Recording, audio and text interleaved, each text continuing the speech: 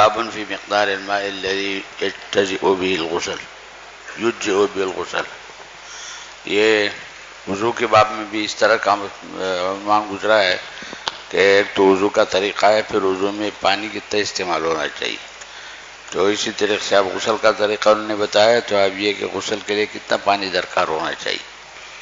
تو یہاں حدیث میں کہ فرق کے بقدر آپ پانی کا استعمال کرتے تھے، اور فرق جو ہے وہ 3 ساع کا ہوتا ہے. لیکن یہاں 2 طرح کی روایتیں ہیں، ایک یہ کہ فرق کا استعمال تنہا آپ نے کیا، اور ایک روایت یہ ہے کہ حضرت عائشہ اور آپ دونوں نے مجموعی طور پر فرق کا استعمال کیا. تو ہو سکتا ہے الگ الگ واقعات ہو، کسی وقت آپ نے دونوں نے اس کو استعمال کیا اور کسی وقت خود نبی کریم صلی اللہ علیہ وسلم نے فرق کے بقدر پانی کا استعمال کیا. تو یہاں اس کا بیان ہے. حدثنا عبداللہ بن مسلمۃ القعنبی عن مالک عن ابن شہاب عن عروۃ عن عائشہ رضی اللہ تعالی عنہا ان رسول اللہ صلی اللہ علیہ وسلم کان یغتسل من اناء هو الفرق من الجنابہ. اور برتن فرق کے بقدر ہوتا تھا، اور فرق کے بارے میں معلوم ہے کہ وہ 16 رطل کا ہوتا ہے، یعنی 3 ساع کا ہوتا ہے. قال ابو داود قال معمر عن الزہری فی هذا الحدیث قالت كنت اغتسل انا ورسول اللہ. پہلے جو غسل کی نسبت تھی تنہا نبی کریم صلی اللہ علیہ وسلم کی طرف تھی، اور اب غسل کی نسبت دونوں کی طرف ہے کہ میں اور آپ دونوں غسل کرتے تھے. من اناء واحد فیہ قدر الفرق، جس میں فرق کے بقدر پانی ہوتا تھا. قال ابو داود روى ابن عینہ نحو حدیث مالک. ابن عینہ کی جو حدیث ہے وہ مالک کی حدیث کی طرح ہے، یعنی اس میں وہی نبی کریم صلی اللہ علیہ وسلم کے غسل کا ذکر ہے. قال ابو داود سمعت احمد بن حنبل یقول الفرق 16 رطلا، کہ فرق جو ہے 16 رطل کا ہوتا ہے. تو 1 رطل یعنی 1 ساع جو ہے نا وہ 5 رطل اور ثلث رطل ہے امام احمد بن حنبل کے نزدیک. تو ظاہر ہے کہ 3 ساع 16 رطل کے بقدر ہو جاتا ہے. وسمعت یقول ساع ابن ابی ذئب 5 ارطال وثلث، وہی کہ ابن ابی ذئب کی طرف نسبت تھی 1 ساع کی، کہ وہ اس کی جو پیمائش ہے وہ 5 رطل ہے اور ثلث رطل ہے، تو 16 میں 3 ساع ہو جاتے ہیں. قال فمن قال 8 ارطال، اگر کوئی 8 ارطال کا قول کرتا ہے حناف تو اسی کے قائل ہے. تو قال لیس ذلک بمحفوظ، کہ وہ محفوظ نہیں ہے. امام احمد بن حنبل اسی رطل کو اسی ساع کو معتبر مانتے تھے جو 1/5 کا 1/3 کا تھا. قال سمعت احمد یقول من اعطى في صدقة الفطر برطل هذا 5 ارطال وثلث فقد اوفى. یہ ایک دلچسپ بات ہے.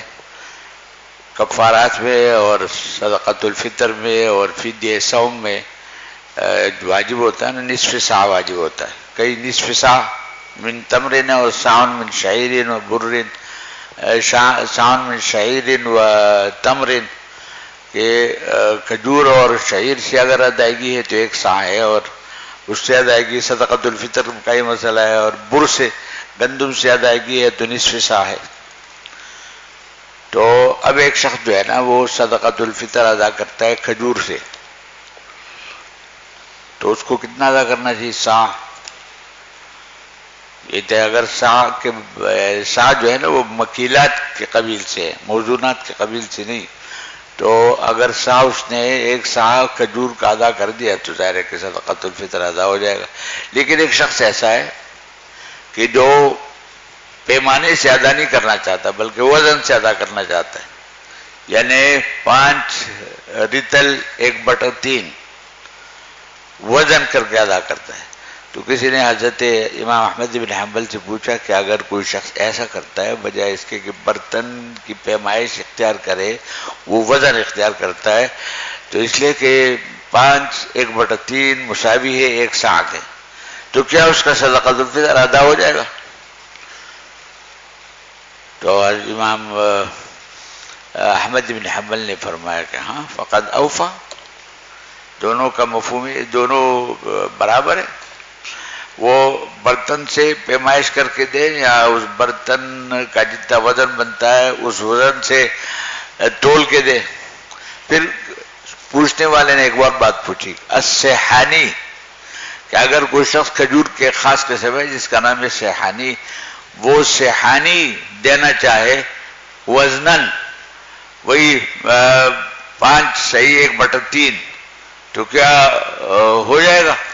اور کہنے والے نے یہ کہا کہ السیحانی ثقیل، کہ اس کا وزن زیادہ ہوتا ہے.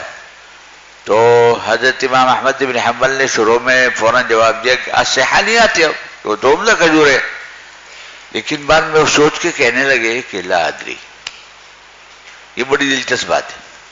وہی کہ دیکھو یعنی منصوص جو ہے نا وہ صاع ہے اور وزن جو ہے منصوص نہیں ہے. تو اب سیحانی کھجور جو ہے نا وہ ذرا وزنی ہے، تو وزن تو اس کا 5:1/3 ہو جائے گا، لیکن اسی مقدار کو اگر آپ برتن میں ڈالیں گے صاع کے تو صاع کے برابر نہیں ہوگا. جیسے آپ جانتے ہیں نا کہ گھی کو اگر کسی پیمانے میں ڈالنا ہے یا شہد پیمانے میں ڈالنا ہے تو 2 سیر گھی اگر کسی برتن میں آتا ہے تو شہد کتنا آئے گا؟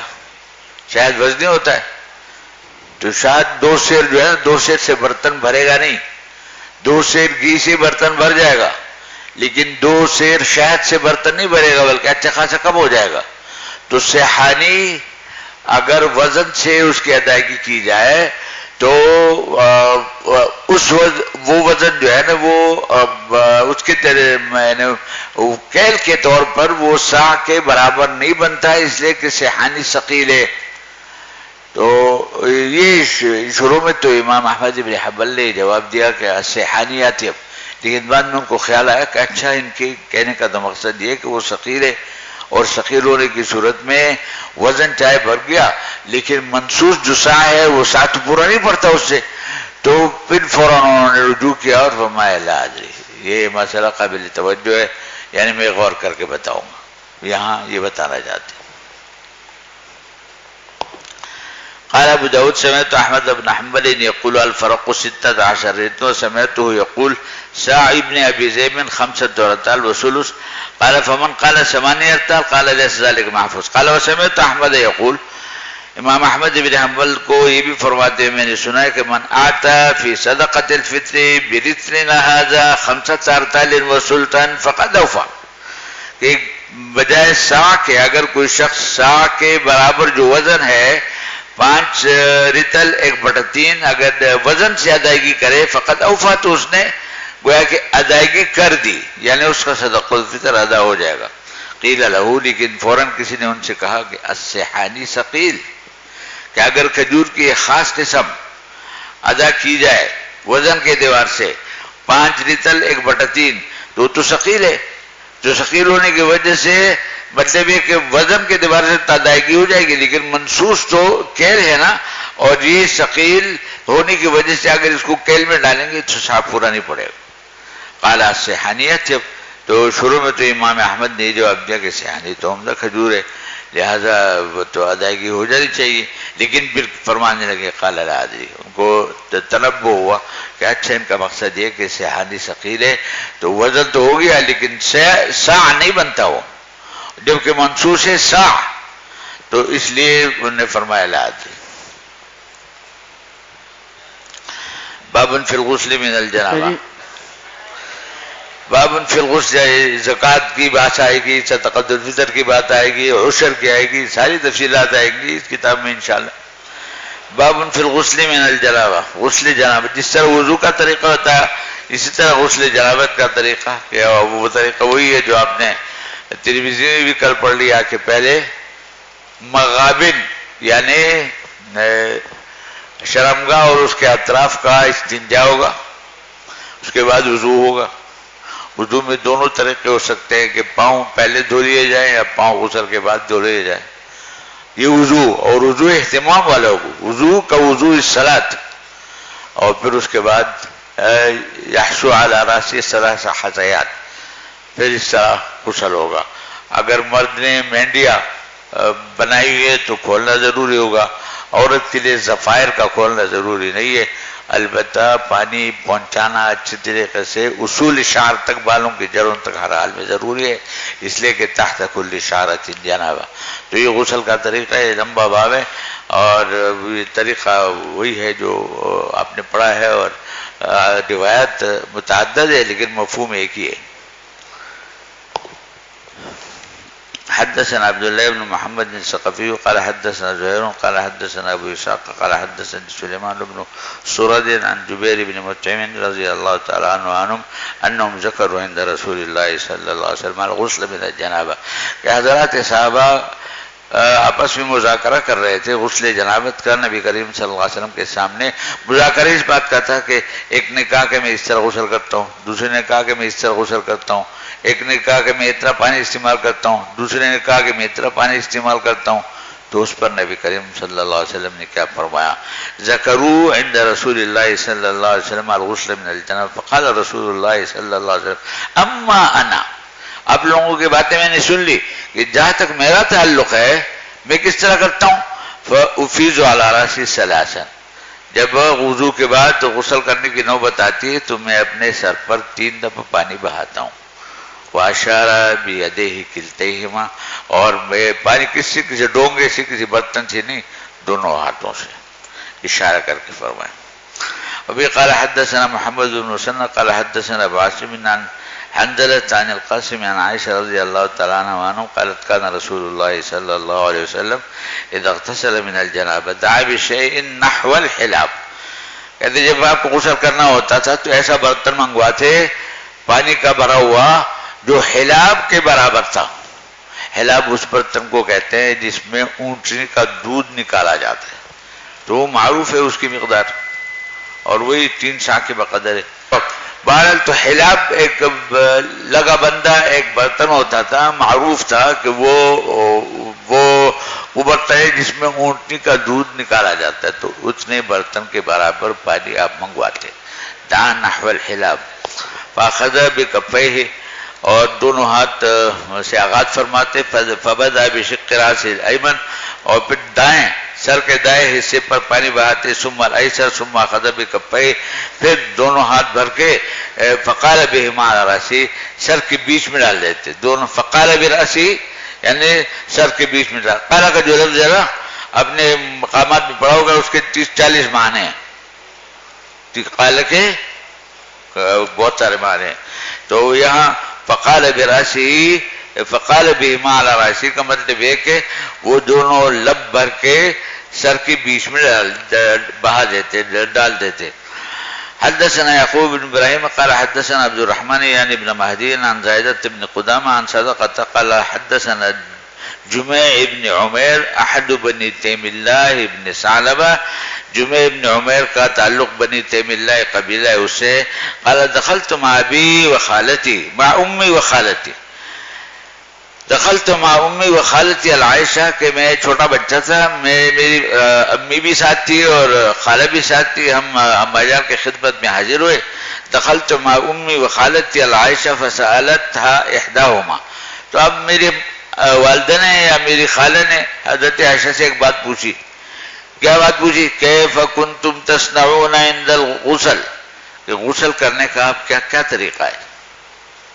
فقالت عائشہ، تو حضرت عائشہ نے بجائے اپنا طریقہ بتانے کے نبی کریم صلی اللہ علیہ وسلم کا جو استعمال کا طریقہ تھا معمول، کان رسول اللہ صلی اللہ علیہ وسلم یتوضأ وضوء للصلاۃ، کہ اہتمام سے وضو فرماتے، یہ وضو اول صلاۃ اہتمام سے، اور اہتمام سے جو وضو ہوتا ہے تو اس میں مسح بھی ہوتا ہے، مسح راس، اور اس میں غسل رجلین بھی ہوتا ہے، تو مطلب ہے کہ پورا وضو ہوتا ہے۔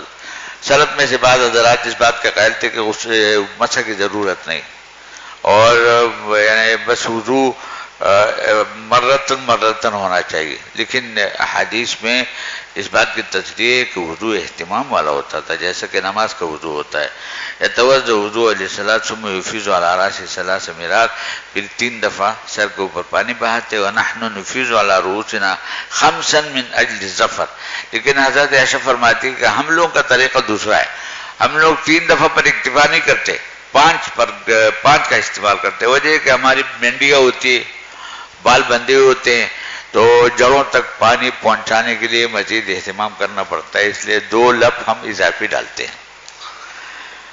وبه قال حدثنا سليمان بن حرب الواشحي قال وحدثنا مسدد قال حدثنا حماد بن هشام بن عروة عن أبي عن عائشة رضي الله تعالى عنها وعنهم قالت كان رسول الله صلى الله عليه وسلم إذا اغتسل من الجنابة قال سلیمان۔ امام ابو داؤد کے 2 استاد ہیں، سلیمان بھی اور مسدد بھی ہے، تو کہتے ہیں سلیمان کی جو روایت ہے اس میں الفاظ ہے کہ یبدأ فیفرغ بیمینہ، کہ آپ آغاز کرتے اور دائیں ہاتھ پہ ڈالتے پانی۔ دائیں ہاتھ پہ ڈالنے کا کیا طریقہ ہو سکتا ہے؟ برتن کو جھکا کے۔ وقال مسدد غسل یدہ، مسدد کے الفاظ دوسرے ہیں، غسل یدہ ویصب الاناء علی یدہ لما، یہاں دیکھو مزید تفسیر ہے کہ بائیں ہاتھ سے برتن جھکا کے دائیں ہاتھ پر پانی ڈالتے۔ ثم اتفقا، اگلی روایت میں مسدد اور سلیمان دونوں کے الفاظ یکساں ہیں، فیغسل فرجہ، یعنی استنجا فرماتے۔ وقال مسدد یفرغ علی شمالہ، یہ کہ بائیں ہاتھ پہ پانی بہاتے یعنی استنجا کے وقت۔ وربما کنت عن الفرج، حضرت عائشہ کہتے بعض اوقات فرض کا ذکر صراحتاً نہ کرتی بلکہ کنایتاً کرتی، اس طرح کہ یعنی یغسل الاذى الذي كان به، یغسل الاذى الذي كان به، کہ ان الفاظ میں یعنی بجائے اس کے صراحتاً شرمگاہ کا ذکر کرنے کے کنایتاً ذکر کرتی۔ وربما کنت عن الفرج، کہ فرج کا ذکر کنایتاً کرتی۔ ثم يتوضا وضوء للصلاة، اس طرح استنجا کے بعد وضو فرماتے اہتمام والا۔ ثم يدخل يديه في الاناء فيخلل شعره، پھر ہاتھ دونوں پانی سے بھر کے سر پہ ڈالتے اور تخلیل بھی کرتے تاکہ پانی اندر جڑوں تک پہنچ جائے۔ حتی اذا رأى انه قد اصاب البشرة، اور جب ان کو اطمینان ہو جاتا تھا کہ کھال تک پانی پہنچ گیا، بشرہ کھال، او انقل بشرہ، یہی الفاظ ہے کہ کھال صاف ہو گئی، اندر تک پانی پہنچ گیا۔ افرغ علی رأسہ ثلاثا، تو مزید 3 دفعہ پانی بہاتے۔ فاذا فضل فضلۃ صب علیہ، اور برتن کے آخر میں اگر کچھ پانی بچا رہ جاتا تھا تو اس کو بھی سر کے اوپر بہا دیتے۔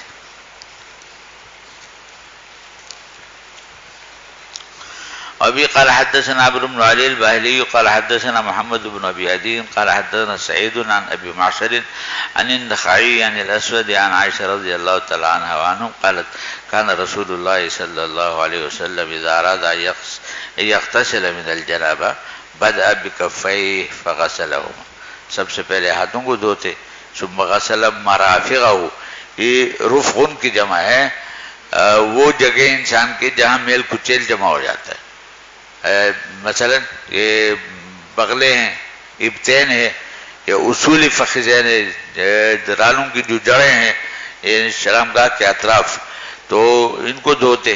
وافاظ علیہ الماء، اور آخر میں اپنے پوری جسم پر پانی بہاتے۔ فاذا انقاهما اهوى بهما الى الحائط، اور کہتے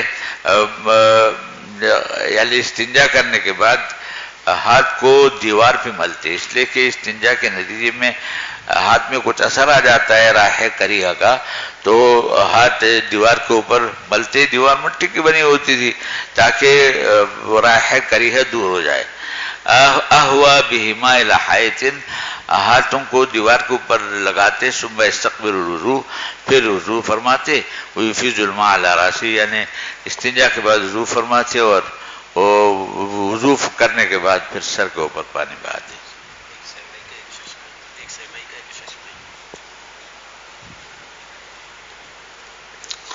وابي قال حدثنا حسن بن شوكر قال حدثنا هشام عن عروة الحمداني قال حدثنا الشعبي قال قالت عائشة لئن شئتم لأرينكم أثر يد رسول الله صلى الله عليه وسلم في الحياة حيث كان يغتسل من الجنابة، فرمایا کہ دیکھو اگر تم لوگ چاہو تو میں تمہیں وہ جگہ دکھا سکتی ہوں کہ جہاں نبی کریم صلی اللہ علیہ وسلم غسل فرمایا کرتے تھے اور دیوار پہ ہاتھ ملتے، تو ہاتھ کے نشانات ابھی تک ہے اس دیوار پہ ہاتھ کیوں؟ تاکہ مٹی ہاتھ میں آ جائے اور ہاتھ میں اگر کوئی اثر آ گیا ہے تو وہ دھل جائے۔ کہتے وہ جگہ میں دکھا سکتی ہوں۔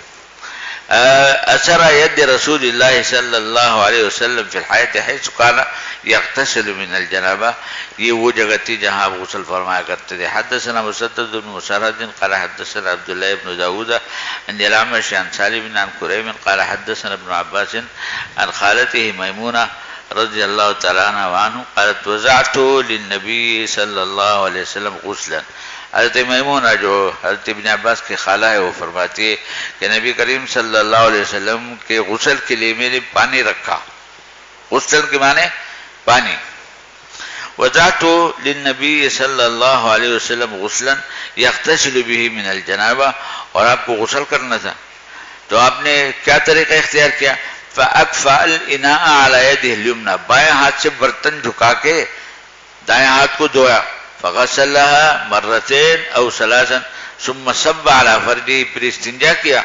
فَغَسَلَ فَرْجَهُ بِشِمَالِهِ ثُمَّ ضَرَبَ بِيَدِهِ الْأَرْضَ، اب ہاتھ میں چونکہ استنجا کی وجہ سے کچھ اثر آنے کا اندیشہ تھا تو اس لیے وہ زمین پہ ہاتھ لگا کے مٹی سے گویا کہ آلودہ کیا۔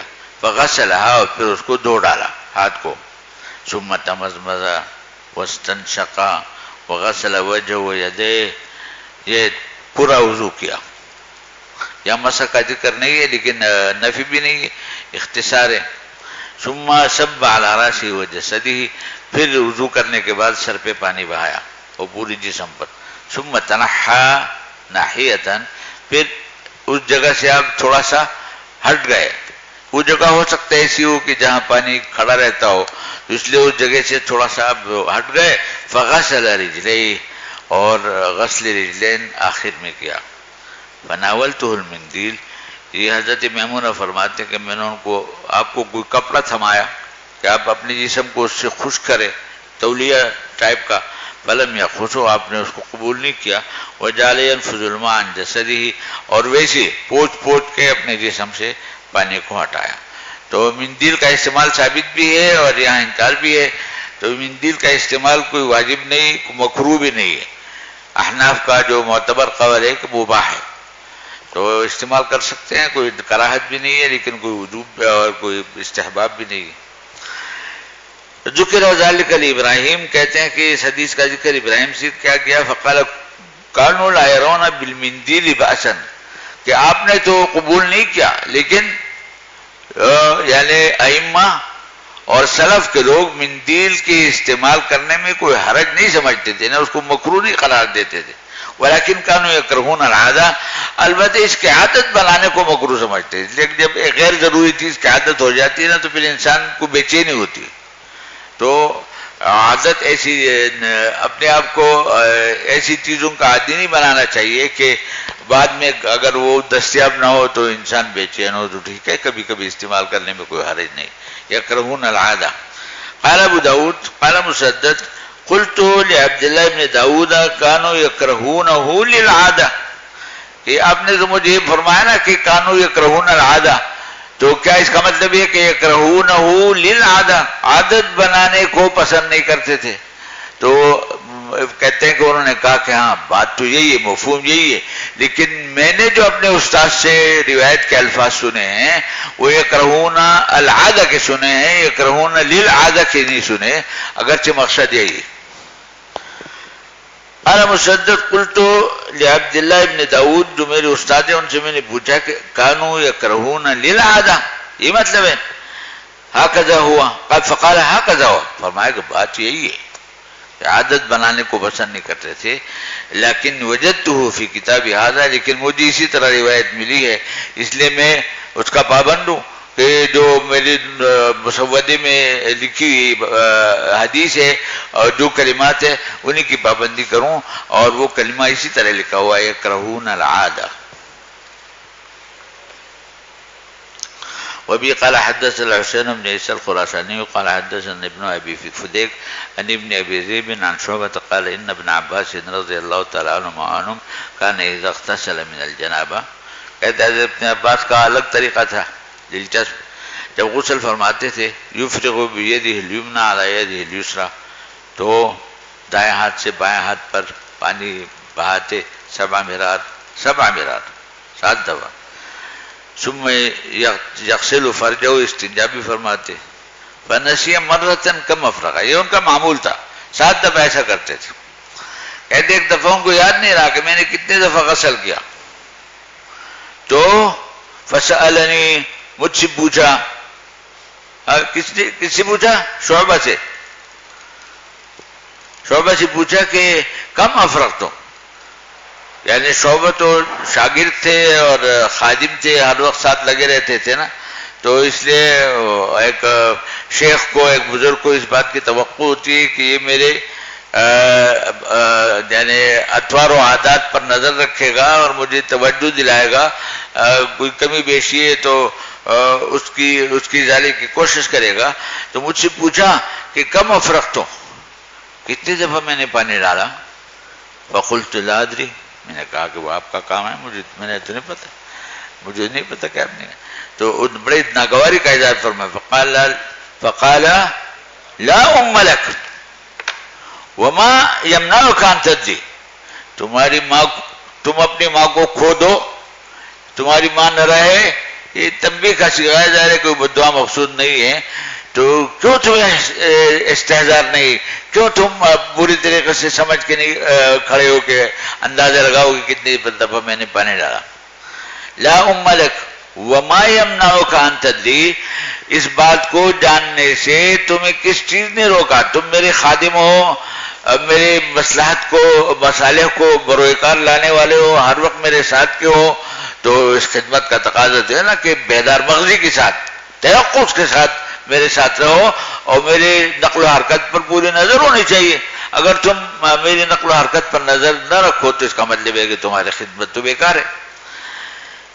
ما یمنعک ان تدری ثم یتوضا وضوء للصلاۃ، یہ حضرت یعنی ابن عباس کا طریقہ تھا کہ 7 دفعہ وہ ایسا کرتے تھے، پھر وضو فرماتے تھے، باقاعدہ وضو جیسا نماز کا وضو ہوتا ہے، ثم یفیض علی جلدہ الماء، پھر اپنے جسم پر پانی بہاتے، ثم یقول، آخر میں فرماتے کان رسول ہکذا کان رسول اللہ صلی اللہ علیہ وسلم یتطہر۔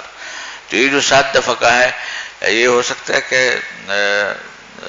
حضرت ابن عباس کسی خاص مصلحت کی وجہ سے 7 دفعہ دھوتے ہوں، ورنہ 3 دفعہ کافی ہے، ان کو اطمینان نہ ہوتا ہو، یا ہو سکتا ہے کہ شروع میں ان کا یہ عمل ہو اور وہ 3 دفعہ کی روایت ان تک نہ پہنچی ہو، لیکن بعد میں انہوں نے اپنی عادت بدل دی ہو۔ بہرحال یہ ابن عباس کے بارے میں یہ تو نہیں تصور کیا جا سکتا ہے کہ انہوں نے اسراف کیا ہوگا، کوئی نہ کوئی مصلحت ان کے پیش نظر ہوگی کہ اطمینان نہیں ہوتا ہوگا 1 دفعہ 2 دفعہ 3 دفعہ بس۔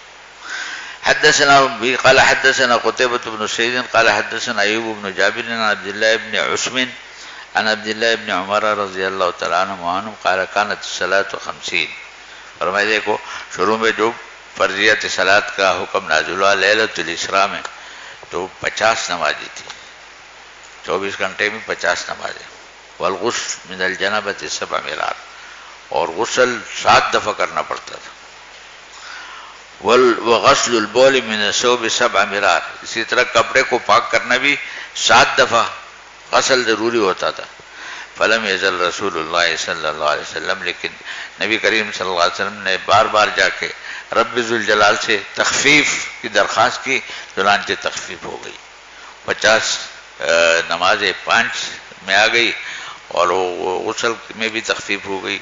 فلم یزل رسول اللہ صلی اللہ علیہ وسلم یسأل، مسلسل درخواست کرتے رہے، اللہ سے مانگتے رہے، حتی جعلت الصلاۃ 5 والغسل من الجنابۃ مرۃ، 1 دفعہ اگر پوری طرح یعنی استنجا کے بعد 1 دفعہ پانی اگر پوری دفعہ جسم پر اس طرح ڈالا جائے کہ سب جگہ پانی پہنچ جائے اور کوئی جگہ خشک نہ رہنے پائے، تو دوسری دفعہ اور تیسری دفعہ کوئی ضروری نہیں، کام ہو جاتا ہے۔ وغسل البول من الثوب مرہ، اسی طرح اگر کپڑا پیشاب سے ناپاک ہو جائے تو پہلے 7 دفعہ کا حکم تھا، اب 1 دفعہ بھی کافی ہے۔ البتہ حضرات حنفیہ کا کہنا یہ ہے کہ اگر نجاست اسی جرم ہے، جرم والی نجاست ہے، تو ازالہ عین ضروری ہے، چاہے زیادہ دفعہ دھونا پڑے، اور عام حالات میں 1 دفعہ کافی ہو جاتا ہے، لیکن بعض طبائع ایسی ہوتی ہے کہ ان کو 1 دفعہ پر اطمینان نہیں ہوتا، تو 3 دفعہ کی اجازت ہے، 3 دفعہ سے عام طور پر اطمینان ہو جاتا ہے۔ وبه قال حدثنا نصر بن علي قال حدثنا الحارث بن وجين قال حدثنا مالك بن الدينار عن محمد بن سيرين عن ابي هريره رضي الله تعالى عنه قال قال رسول الله صلى الله عليه وسلم ان تحت كل شعرة جنابة فاغسلوا الشعر وانقوا البشر، یاد اہتمام کرو کہ کوئی جگہ خشک نہ رہنے پائے.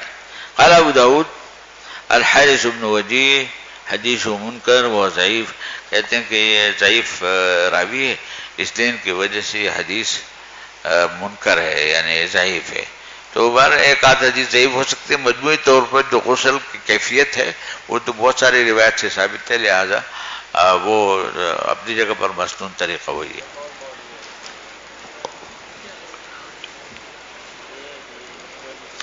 ابھی قال حدثنا موسى بن اسماعيل قال حدثنا حماد قال اخبرنا عطاء بن صائب عن زازان عن علي رضي الله تعالى عنه قال ان رسول الله صلى الله عليه وسلم قال من ترك موضع شعرة من جنابه لم يغسلها فعل بها كذا وكذا من النار. ایک بال کے برابر کی جگہ اگر اس نے چھوڑ دی اور وہاں پانی نہیں پہنچایا تو اس کے ساتھ آگ کا ایسا معاملہ کیا جائے گا، یعنی معذب ہوگا. اس لیے کہ جب غسل نہیں ہوگا تو طہارت نہیں ہوگی، نمازیں بھی نہیں ہوں گی، بہت نقصان ہو جائے گا. فعل بها کذا و کذا، یہ من النار کذا و کذا کا بیان ہے، اس کے ساتھ ایسا معاملہ کیا جائے گا یعنی معذب فی النار ہو جائے گا والعیاذ باللہ. قال علی، علی فرماتے ہیں کہ اس حدیث کی وجہ سے میں نے تو یہ علت رکھی نہیں بال رکھنے کی، میں بال رکھتا ہی نہیں. من ثم عادیت راسی، میں تو ذرا سے بڑے ہو جاتے ہیں فوراً حلق کروا لیتا ہوں. فمن ثم عادیت راسی فمن ثم عادیت راسی فمن ثم عادیت راسی، اسی وجہ سے میں اپنے بالوں کا دشمن ہو گیا ہوں کہ میں بال رہنے نہیں دیتا.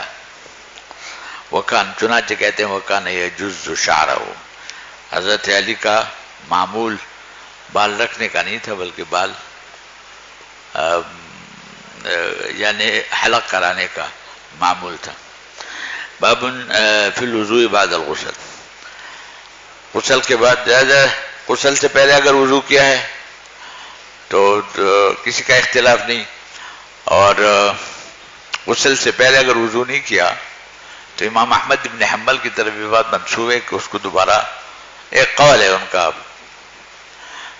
دوبارہ غسل کرنا چاہیے، دوبارہ وضو کرنا چاہیے. الا یہ وہ کہتے ہیں کہ وہ نیت فی الوضو بھی شرط ہے، نیت فی الغسل بھی شرط ہے. لہذا اگر غسل میں اس نے دونوں نیت کی ہو، حدث اصغر اور حدث اکبر دونوں کی ازالے کی، پھر تو ٹھیک ہے، پھر تو وضو کرنے کی ضرورت نہیں. لیکن اگر غسل میں اس نے حدث اکبر کی ازالے کی نیت کی ہے، جنابت کی نیت کی ہے، اور حدث اصغر کی نیت نہیں کی تو اس کے ضمن میں وضو نہیں ہوگا، لہذا وضو دوبارہ کرنا پڑے گا. یہ ایک قول ہے ان کا، پتہ نہیں کس درجے میں ہے، لیکن بہرحال جمہور یہ کہتے ہیں کہ غسل کے ضمن میں وضو خود بخود ہو جاتا ہے، لہذا پہلے وضو کیا ہو یا نہ کیا ہو، غسل کے اندر وضو خود بخود آ جاتا ہے.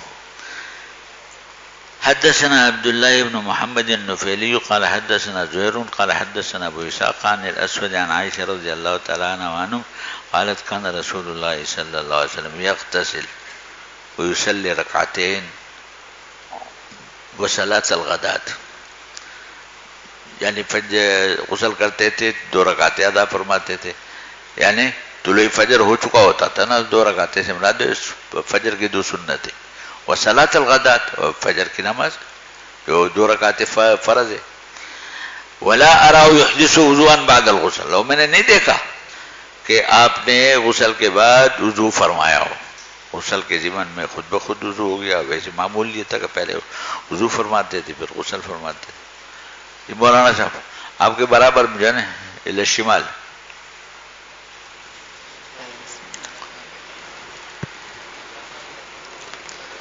بسم الله الرحمن الرحيم. باب في المرأة هل تنقض شعرها عند الغسل. بالسند المتصل منا إلى الإمام أبي داود، إلى الإمام الحافظ الحجة أبي داود سليمان بن الأشهد الأزدي السجستاني رحمه الله ومتعنا الله بعلومه وفيوضه آمين. قال حدثنا زهير بن حرب وابن السرح قال حدثنا سفيان بن عيينة عن أيوب بن موسى عن سعيد بن أبي سعيد عن عبد الله بن رافع مولى أم سلمة عن أم سلمة رضي الله عنها قالت إن امرأة من المسلمين وقال زهير أنها قالت يا رسول الله إني امرأة أشد ظفر رأسي أفأنقذه للجنابة؟ قال إنما يكفيك أن تحفني عليه ثلاثا. وقال زهير تحفي عليه 3 حثيات من ماء ثم تفيضي على سائر جسدك فإذا أنت قد طهرته. وبه قال حدثنا أحمد بن عمرو بن السرح قال حدثني ابن نافع يعني الصائغ عن أسامة عن المقبوري عن أم سلمة رضي الله عنها قالت إن امرأة جاءت إلى أم سلمة بهذا الحديث قالت فسألت لها النبي صلى الله عليه وسلم بمعناه قال فيه واغمزي قرونك عند كل حفنة. وبه قال حدثنا عثمان بن أبي شيبة قال حدثنا يحيى بن أبي بكير قال حدثنا إبراهيم بن نافع عن الحسن بن مسلم عن صفية بنت شيبة عن عائشة رضي الله عنها قالت كانت إحدانا إذا أصابتها جنابة أخذت 3 حفنات هكذا تعني بكفيها جميعا فتصب على رأسها وأخذت بيد واحدة فصبتها على هذا الشق والأخرى على الشق الآخر. وبه قال حدثنا نصر بن علي قال حدثنا عبد الله بن داود عن عمر بن سويد عن عائشة بنت طلحة عن عائشة رضي الله عنها قالت كنا نغتسل علينا الضماد ونحن مع رسول الله صلى الله عليه وسلم محلات ومحرمات.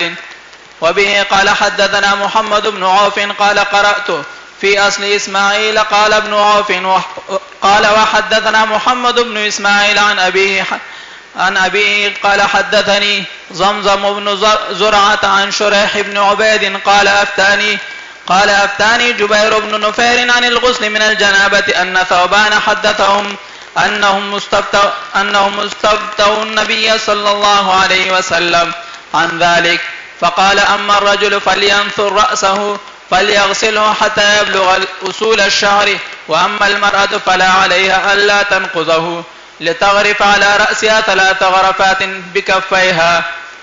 باب في الجنب يغسل رأسه بالختمي. وبه قال حدثنا محمد بن جعفر بن زياد قال حدثنا شريك عن قيس بن وهب عن رجل من بني سواد بن عامر عن عائشة رضي الله عنها عن النبي صلى الله عليه وسلم أنه كان يغسل رأسه بالختمي وهو جنب يجتزئ بذلك ولا يصب عليه الماء. باب فيما يفيض بين الرجل والمرأة من الماء. وبه قال حدثنا محمد بن رافع قال حدثنا يحيى بن آدم قال حدثنا شريك عن قيس بن وهب عن رجل من بني سواد بن عامر عن عائشة رضي الله عنها فيما يفيض بين الرجل والمرأة من الماء قالت كان رسول الله صلى الله عليه وسلم يأخذ كفا من ماء يصب على الماء ثم يأخذ كفا من ماء ثم يصبه عليه. باب فی المرأة هل تنقض الشعر عند الغسل. یہ مسئلہ آپ نے پڑھا ہے کہ مرد نے اگر مینڈیاں بنوائی ہے تو غسل جنابت میں ان کو کھولنا ضروری ہے، بالوں کے اندر تک اور جڑوں تک پانی پہنچانا ضروری ہے، لیکن عورت کے لیے اس میں رخصت ہے. عورت کا اگر مینڈیاں بنی ہوئی ہوں تو ان کو کھولنا ضروری نہیں، البتہ اہتمام اس کو بھی کرنا پڑے گا کہ دبا کے پانی ڈال کے کہ جڑوں تک پانی اچھی طرح پہنچ جائے. تو جو فرق ہے وہ نقض ضفائر کا ہے، عورت کے لیے ضروری نہیں ہے، مرد کے لیے نقض ضفائر اگر اس نے ایسا کر رکھا وہ ضروری ہے، یہ بتانا چاہتے ہیں. بابن فی المرأة هل تنقض شعرها عند الغسل، کہ اپنے بالوں کو وہ کھول سکتی ہے، یعنی کھولنا چاہیے اس کو یا نہیں. حدثنا زہیر بن حرب وابن سرح قال حدثنا سفیان بن عیینہ عن ایوب بن موسیٰ عن سعید بن ابی سعید عن عبد الله بن رافع مولى ام سلمة عن ام سلمة رضي الله تعالى عنها وعنه قالت ان امرأة من المسلمين وقال زهير انها قالت زهير انها قالت يا رسول الله، کہ ایک خاتون تھی، یعنی ایک صحابیہ تھی، وہ سوال کرنے کے لیے آئی تھی، لیکن براہ راست اس نے سوال نہیں کیا، حضرت ام سلمہ کو ترجمان بنایا کہ وہ میرے لیے سوال کرے. تو حضرت ام سلمہ نے وہ حکایت یعنی اس خاتون کے الفاظ خود استعمال کیے کہ یہ خاتون آئی ہے، یوں کہتی ہے کہ کیف اغتسل انا من الجنابہ مثلا. قال زہیر انا قالت یا رسول اللہ انی امرات اشد ظفر راسی، کہ میں ایک خاتون ہوں اور مینڈیا کس کے باندھتی ہوں، افانقض للجنابہ.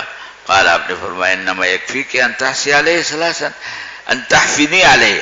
حفنا دونوں ہاتھوں کے مجموع کہتے ہیں کہ 3 دفعے اس لب بھر بھر کے پانی ڈالو. وقال زہیر تحسی علیہ ثلاث حسائد، یہ بھی اسی مفہوم ہے. مما ثم تفیض علی سائر الجسد، کہ پھر پوری جسم پر پانی بہاؤ. فاذا انت قد طہرت، یہ عمل اگر تم نے کیا تو بس غسل ہو جائے گا، پاکی آ جائے گی. حدثنا احمد بن عمرو بن السرح قال حدثنا نافع عن السائغ عن اسامہ عن المقبوری عن ام سلمہ رضی اللہ تعالی عنہ قالت ان امرأة جاءت الى ام سلمہ بهذا الحدیث، کہ خاتون یہ ام سلمہ جو ازواج مطہرات میں سے ہیں ان کے پاس آئی تھی، اور جی جو مضمون ہے وہی گزرا وہی ہے. قالت حضرت ام سلمہ فرماتی ہے فسألت لها النبی صلی اللہ علیہ وسلم، میں نے اس کی خاطر نبی کریم صلی اللہ علیہ وسلم سے پوچھا، تو بمعنی اور حدیث ہوئی ہے جو گزری. قال فی، اس میں ایک اضافہ ہے وغمزی قرونک عند کل حفنہ، کہ جب بھی پانی ڈالو نا تو ذرا دباؤ، سر کو دباؤ تاکہ پانی اندر تک پہنچ جائے. غمزہ کے معنی کیا ہے؟ دباؤ. حدثنا عثمان بن ابي شيبه قال حدثنا يحيى بن ابي بكر قال حدثنا ابراهيم بن نافع عن الحسن بن مسلم عن صفيه بنت شيبه عن عائشه رضي الله تعالى عنها قالت كانت احدانا اذا اصابتها جنابه، اگر کسی کو غسل کرنا ہوتا تھا جنابت کا، خدت 3 حفنات هكذا، تو 3 دفعہ دونوں ہاتھ بھر بھر کے پانی کے، یا تعنی بکفیہا جمیعا، حفنہ کے معنی بھی دونوں ہاتھ بھرنا. فتصب علی راسها، اپنے سر پہ بہاتی. واخذت بید واحدہ، یہ تو 2 ہاتھ بھر بھر کے، اور پھر ایک ہاتھ میں لے کے دائیں طرف اور پھر لے کے بائیں طرف، اور بالوں کو دباتی تھی تاکہ اندر تک پانی پہنچ جائے. فتصب علی راسها واخذت بید واحدۃ فصبتها علی هذا الشق والاخرى علی الشق الاخر، بیچ میں 3 دفعہ دونوں ہاتھ بھر بھر کے، اور پھر ایک ہاتھ پانی لے کے ایک سائڈ پہ ایک طرف پہ اور دوسری طرف پہ، اور دبانا جو پہلے بھی گزرا ہے تاکہ کوئی جگہ ایسی ہر بال کی جڑ تک پانی پہنچ جائے. حدثنا نصر بن عدي قال حدثنا عبد الله بن داود عن عمر بن سويد عن عائشة بنت طلحة عن عائشة رضي الله تعالى عنها قالت كنا نغتسل وعلينا الضماد ونحن مع رسول الله صلى الله عليه وسلم محرمات ومحلات. یہ ایک نئی سی بات ہے. یہ فرماتی ہے حضرت عائشہ کہ بعض اوقات ایسا ہوتا تھا کہ ہمارے سر پہ ضماد ہوتا تھا. ضماد کے معنی اس کے لیپ کے لیپ، مطلب بعض چیز ایسی ہوتی ہے جس میں لزوجت ہوتی ہے، اور بالوں کو بکھرنے سے بچنے کے لیے خواتین وہ گونڈ ٹائپ کی چیز لگا دیتی تاکہ کافی دیر تک بال جمے رہے. خاص طور پر اس وقت جب احرام باندھے، تو احرام باندھنے میں تو ظاہر ہے کہ بہت پھر کنگھی ونگی کا تو موقع نہیں ہوتا، تو اس لیے ایسی چیز لگا دیتے ہیں بالوں پہ کہ جس سے بال جمے رہے. اور وہ گون ٹائپ کی کوئی چیز ہوتی تھی اس زمانے میں کہ بال جمے رہتے تھے، بکھرتے نہیں تھے. تو یہ فرماتے ہیں کہ احرام کی حالت میں بھی ہم آپ کے ساتھ ہوتی تھی، اور حلال ہونے کی حالت میں بھی، اور ہم غسل کرتے تھے تو ضماد یعنی دھلتا نہیں تھا، ضماد باقی رہتا تھا. جس طرح مینڈیا باقی رہتی ہے اور وہ نہیں کھلتی، ضماد باقی رہتا تھا. البتہ اس بات کا اہتمام ہوتا تھا کہ پانی بالوں کی جڑوں تک پہنچ جائے. تو مطلب یہ کہ غسل کرنے کے لیے ضماد کا ازالہ بھی ضروری نہیں، جس طرح نقض ضفائر ضروری نہیں، اسی طرح اس ضماد کا ازالہ بھی ضروری نہیں. البتہ اگر ضماد اس قسم کا ہے کہ وہ پلستر بن گیا ہے پورا، ایک جسد بن گیا اس کا، تو ظاہر ہے کہ وہ تو ماں نہیں بنے گا اصولی ماں سے، تو اس کی تو اجازت نہیں. لیکن اگر وہ جماعت اس انداز کی چیز ہے کہ وہ پانی کو اصول الاشعار سے اصول الشعر سے نہیں روکتا، تو اس میں کوئی حرج نہیں. کہتے ہیں وعلینا جماد ہوتا تھا. وَنَحْنُ مع رسول اللہ صلی اللہ علیہ وسلم محلات و محرمات، حلال ہونے کے حالت میں بھی آپ کے ساتھ ہوتے تھے اور محرم ہونے کے حالت میں بھی. حدثنا محمد بن عوف قال قرأت فی اصل اسماعیل، یعنی اسماعیل کی ایک حدیث کا مجموعہ مجھے ملا تھا اور ان سے میں یہ روایت میں نے نقل کی ہے. اصل اسماعیل کا مطلب یہ اسماعیل ایک محدث ہے. قرأت في أصل إسماعيل قال ابن عوف وحدثنا محمد بن إسماعيل عن أبي قال حدثني زمزم بن زرع عن شريح بن عبيد قال أفتاني جبير بن نفير عن الغسل من الجنابة. جبیر بن نفیر نے غسل جنابہ کا طریقہ بتایا. وہ کیا ان ثوبان حدثهم، اور جبیر بن نفیر کو یہ طریقہ کس سے ملا؟ ثوبان سے. حضرت ثوبان سے حدثهم انهم استفتوا النبی صلی اللہ علیہ وسلم. حضرت ثوبان فرماتے ہیں کہ ہم نے نبی کریم صلی اللہ علیہ وسلم سے مسئلہ پوچھا عن ذلك فقال، تو آپ نے فرمایا تھا کہ اما الرجل فلینشر رأسه، کہ مرد تو اپنے بال کھول دے، یعنی اگر وہ مینڈیا بنی ہوئی ہے تو ان کو اب باقی رکھنا جائز نہیں ہوگا غسل جنابت میں. نسرہ کے معنی بکیر دے، کھول دے. فَيَغْسِلَهُ حَتَّى يَبْلُغَ اصول الشعر، یہاں تک کہ پانی اچھی طرح جڑوں تک پہنچ جائے. وَأَمَّا الْمَرْأَةُ فَلَا عَلَيْهَا أَلَّا تَنْقُضَهُ، عورت کے لیے کوئی کھولنا ضروری نہیں. لِتَغْرِفْ عَلَى رَأْسِهَا ثَلَاثَ غَرَفَاتٍ بِكَفَّيْهَا، وہ دونوں ہاتھ بھر بھر کے پانی کے ڈالے اور جیسا سے پہلے گزرا ہے کہ دبا کے اطمینان کرے کہ پانی اندر تک پہنچ گیا، اگرچہ مینڈیا کھلی ہوئی نہ ہو پھر بھی غسل ہو جائے گا. بابن فی الجنوب یغسل راسه بالختمی، ختمی ایک پودا ہے، اس میں جیسا بیری کے پتے ہوتے ہیں نا، بیری کے پتے ڈال دیتے ہیں پانی میں، غسل میت میں اس سے کام لیا جاتا ہے کہ اس میں میل کاٹنے کی صلاحیت پیدا ہو جاتی. تو اسی طرح ختمی بھی ایک چیز ہے، اس میں بھی اس کا فائدہ یہ ہوتا ہے کہ بال نرم ہو جاتے ہیں. وہ کوئی یعنی میت سے اس کا تعلق نہیں، احیاء سے تعلق ہے اس کا، کہ ختمی لگانے سے. اب تو ساری چیزیں آرٹیفیشل ہے، کیمیکل ہے، تو یہ اوریجنل چیز ہے کہ جڑی بوٹی ہے، وہ اس کے پتی بھی ہے اور اس کے کچھ بیج بھی پانی میں ڈال دیتے ہیں جس سے پانی میں لزوجت پیدا ہو جاتی ہے، اور اس سے اگر بال دھو لیے جائے تو بال نرم اور شائستہ اور ہو جاتے ہیں، اچھے ہو جاتے ہیں، صاف ہو جاتے ہیں. وہ ختمی. تو یہ فرماتے ہیں کہ ہم بعض اوقات جب غسل کرتے تھے تو سر ختمی سے دھوتے تھے. کیسے؟ ختمی. تو کہنے کی بات یہ ہے کہ ختمی ملا ہوا پانی وہ مائع مطلق کہلاتا ہے، لہذا ختمی والا پانی استعمال کرنے کے بعد ضروری نہیں ہے کہ خالص سادہ پانی بھی استعمال کیا جائے، اس لیے کہ ختمی ملانے سے، جیسے آپ بالٹی کے اندر اگر آپ شیمپو ڈال دیں یا کوئی صابن گھول کے ڈال دیں تو پھر بھی پانی رہے گا نہیں رہے گا؟ پانی رہے گا، مائع مطلق کا اس کے اوپر پھر بھی اطلاق ہوگا. تو اسی طرح سے ختمی ڈالنے سے مائع مطلق کی ماہیت نہیں بدلتی، لہذا ہم یہ کرتے تھے کہ ختمی ملے ہوئے پانی سے سر دھوتے تھے اور اسی پر اکتفا کرتے تھے. مزید سادہ پانی سر کے اوپر ڈالنے کی ضرورت محسوس نہیں کرتے تھے. یہ بتانا مقصود ہے. کہتے ہیں کہ انه كان يغسل راسه بالختمی والجنوب، کہ یہ غسل جنابت میں ہم ختمی سے سر دھوتے تھے. یجتزئ بذلك، اسی پر اکتفا کرتے تھے. ولا يصب عليه الماء، اور سادہ پانی الگ سے نہیں بہاتے تھے، ضرورت نہیں محسوس کرتے تھے، اس لیے کہ جو ختمی ملا ہوا پانی ہے اس سے پانی کی طبیعت خاصیت نہیں بدلی، نہ پانی کا اطلاق بدلا.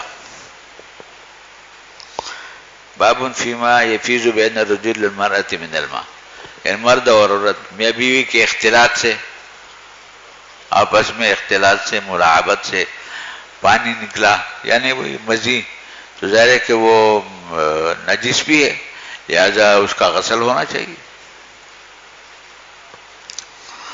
فاض یفیزو کے معنی بہنا نکلنا بین الرجل المرأة من الماء حدثنا محمد بن رافع قال حدثنا يحيى بن آدم قال حدثنا شريك عن قيس بن وهب عن رجل من بني سوات بن عامر عن عائشة رضي الله تعالى عنها فيما يفيز بين الرجل والمرأة من الماء یعنی میاں بیوی کے اختلاط سے جو پانی نکلتا ہے قالت کان رسول اللہ صلی اللہ علیہ وسلم یاخذ کفا من ماء فیصب علی الماء کہ آپ ہاتھ میں پانی لیتے تھے اس کے اوپر بہا دیتے تھے، مطلب یہ کہ اس کو باقی نہیں رکھا گیا، اس کا غسل کیا گیا. ثم یاخذ کفا من ماء ثم یصب علیہ، ایک دفعہ نہیں ایک دفعہ سے زیادہ اب یہ کام کرتے تھے. بابن فی مواکلۃ الحیض و مجامعتها، یعنی حالت حیض میں عورت کے ساتھ اٹھنا بیٹھنا معاشرت اس میں کوئی پابندی نہیں ہے.